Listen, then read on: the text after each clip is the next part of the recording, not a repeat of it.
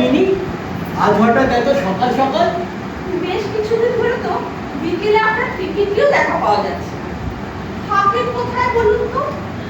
ফেরেনও তো দেখি সেই রাত করে।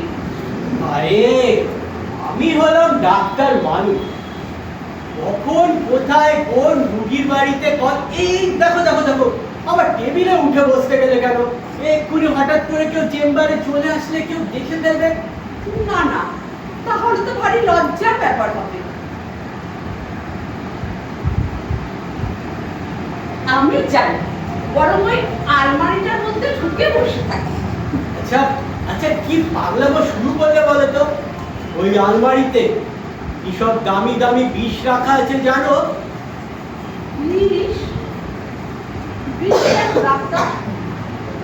আপনি কি বিষ দিয়ে রুগীদের মেরে ফেলার চেষ্টা করেন নাকি? না, তুমি এখনো ছেলে মানুষই রয়ে গেলে মিনি। বিষ দিয়ে মারবো কেন রুগীদের? শোনো মিনি, বিষ এমনিতে মানুষের জীবন নষ্ট করে ঠিকই, কিন্তু ডাক্তারদের হাতে পড়লে সেই বিষই অমৃত হয়ে মানুষের জীবন বাঁচায়।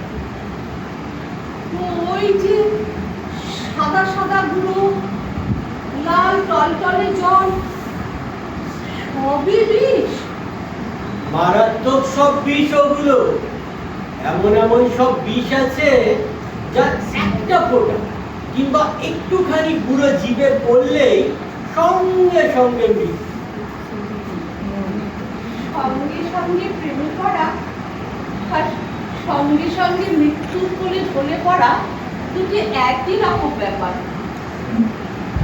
তাই না ডাক্তার? শোনো মিনি, আমি এখন একটু ব্যস্ত আছি, আমায় এক জায়গায় যেতে হবে।